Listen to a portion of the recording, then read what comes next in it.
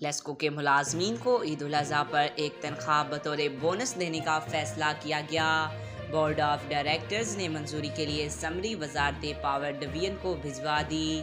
Lahore electric supply company के शोबा finance की जानिब से तैयार होने वाले वर्किंग पेपर के मुताबिक ग्रेड 1 से 15 तक के मुलाजमीन को बोनस की अदायगी से लेस्को को 60 करोड़ रुपए का माली बोझ बर्दाश्त करना पड़ेगा।